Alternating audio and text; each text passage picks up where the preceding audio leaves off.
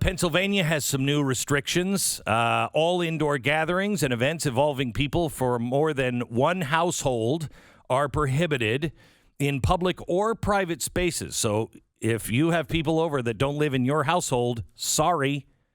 That includes all private events, weddings, showers, listed celebrations.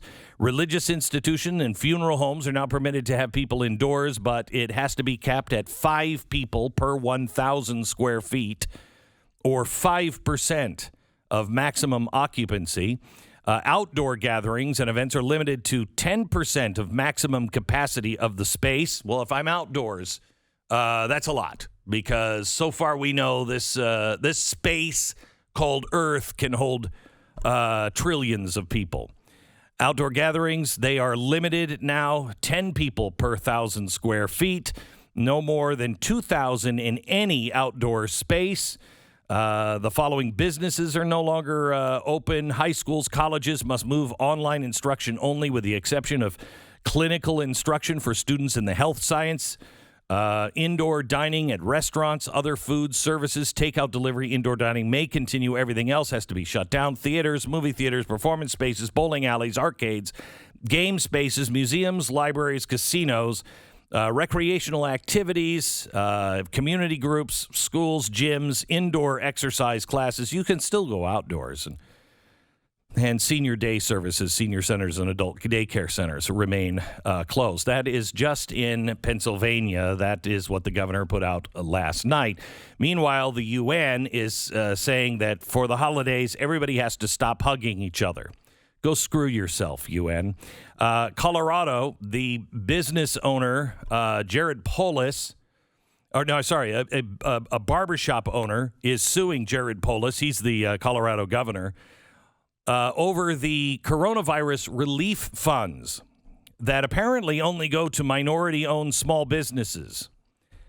Now, this guy is white. He said the lawsuit, that the relief is unconstitutional because the access to the aid is based on race, is racist itself. He said, I have nothing against minorities. Minorities are fantastic. However, everybody, all Americans, all Coloradians, is that how you say it? Coloradans?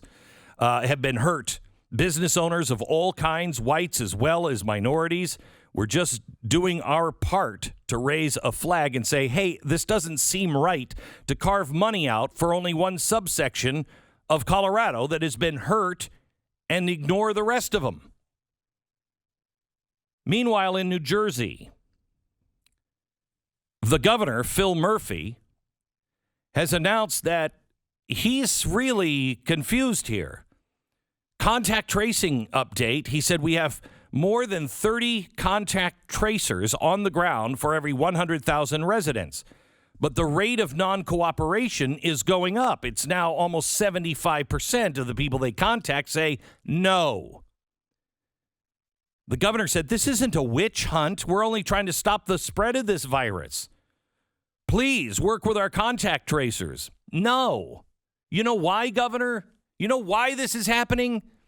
Because the media and you and others seem to be in a giant cabal that never give the benefit of the doubt to the people.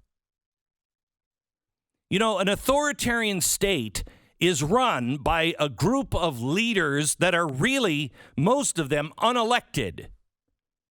It's an autocratic state. It just goes. And that group of elites tells everyone exactly what to do. That's authoritarianism.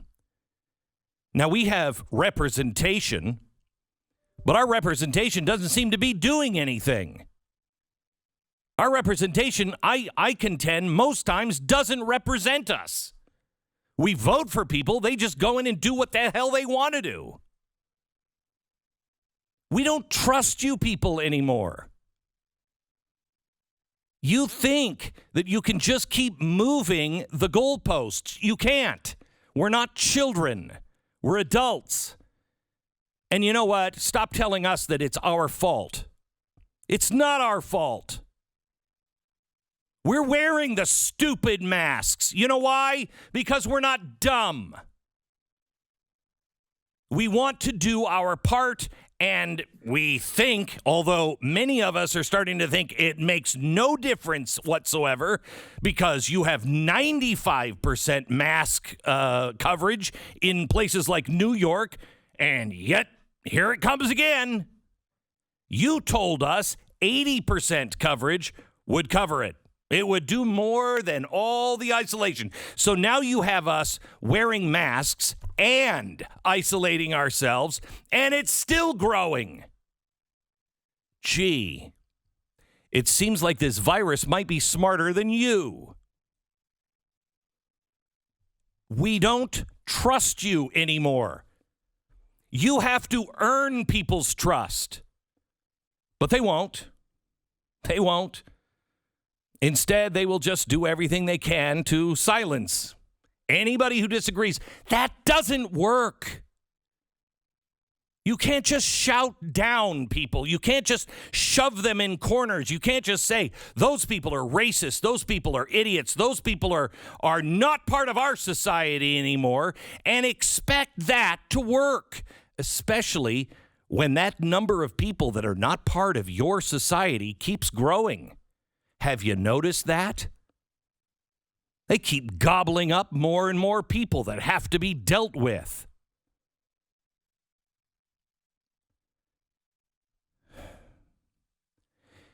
See, we believe, do we? I used to believe that a lot of people in government and a lot of people in the media were just misguided, groupthink, whatever. I don't anymore. I don't. You have to prove that you're on the side of the people now. For me, at least, do something. What are you doing? I want to see something more than talk. That's why I actually liked Donald Trump in the end. I still like him. And I don't know who you're going to find to replace him. Because that guy didn't care. He just didn't care. He thrived on that. Most people cannot do that. He's really 1 in a million. Maybe 1 in 350 million. Maybe 1 in a billion. But he didn't mind taking those arrows. And he's the only guy that at least half the country feels like at least was standing up for me. I didn't necessarily like everything he did, but at least he was standing up for me. At least he was telling me, I got your back. Who has my back? Who has my business's back? Who has the restaurant owner's back? I can't take any more of this. Oh, we've got to listen to these football players because of the grievance. The grievance? How about the families that are struggling to survive today? Who's talking about them? The only time you hear them is when you have Nancy Pelosi or people like that trying to push through giant bills that really have very little to do with helping those people.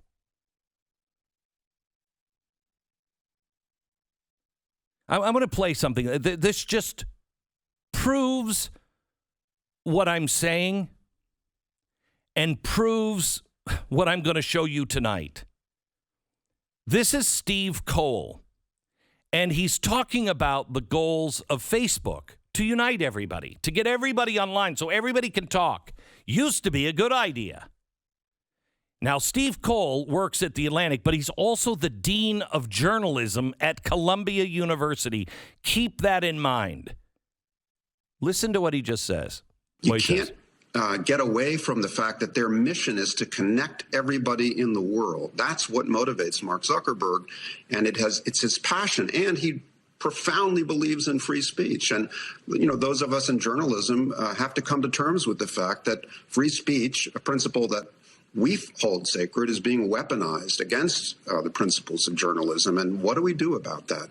I just say, as reporters, we kind of march into this war with our facts nobly shouldered as if they were going to win the day. And what we're seeing is that because of the scale of this alternate reality that you've been talking about, our facts, our principles, our scientific method, it isn't enough. Wow. It's not enough. So what do they have to do? They have to silence people that disagree with them. You notice he said we come armed with our facts. See, that's the problem. They're your facts or my facts. Facts should be facts. Facts are universal. Hey, the sky is blue. I'm coming armed with my facts saying the sky is green. No, it's not. It's blue. They come armed with their facts. And here's the problem.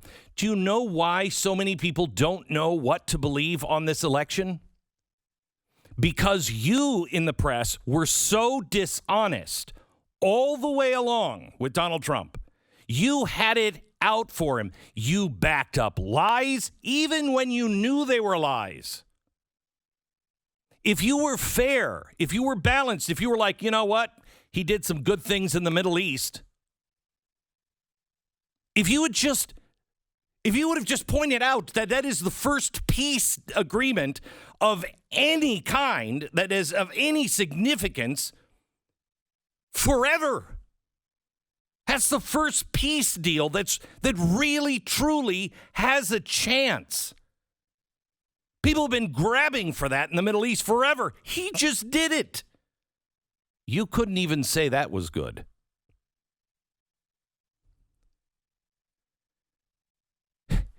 When the facts show up that this whole Russia thing was a lie, you doubled down. You told us that these protests were peaceful while cars were on fire behind you. So you lied to us the whole time in the media. You lied to us for 4 years. Well, you've lied to us for longer than that. You started lying to us in unbelievable scale, I think, after 9/11. And then what happened? Then Barack Obama gets in. And you deny reality. You start saying Marxist. If somebody says you're a Marxist, that means they're a racist. What? You started denying all of the reality. You knew about death panels. By the way, later on in the program, I'll show you the first death panel is coming. And it's coming, I believe, in New Mexico was where I saw it. The governor is now saying, hey, you guys are going to have to do whatever you have to do. You have to ration. You have to ration care. Well, what do you think that is? You knew all of these things. You knew about Obama coming after you, the journalist, and you did nothing. You didn't care. You knew that he was using the IRS to target people who disagreed with him. You didn't care. And then you doubled down and you didn't just ignore us. Now you've deemed us the enemy. You've deemed at least a third of this country as enemies of the state. Wow. While you lecture us and tell us that people who are trying to actively overthrow our government are fine. You know why people don't believe your stupid election results? Because you had no credibility going in. You were in the bag anyway. If the situation were reversed exactly, you would be lecturing us today how irresponsible Donald Trump is being for not allowing these court cases to be heard, just going on as if he won. That's what you'd be saying today, and we all know it, and you know it as well. And meanwhile, you're just slicing us all up. You're just putting us all into little camps, which I believe that maybe they actually become camps at some point. Are you rich or are you poor? Are you right, left, or moderate? What's your race? Where you come from? What's your religion? Do you have a religion? What do you think about global warming? How about gender? What's your lifestyle? Where do you live? We're being divided into all these little camps. And it's interesting because we all know a house divided against itself cannot stand. But they're calling for unity now, except for those people that they don't like. You can unite with them. You just not only have to agree now, you can't just silently say, okay, whatever. No. You must participate in it.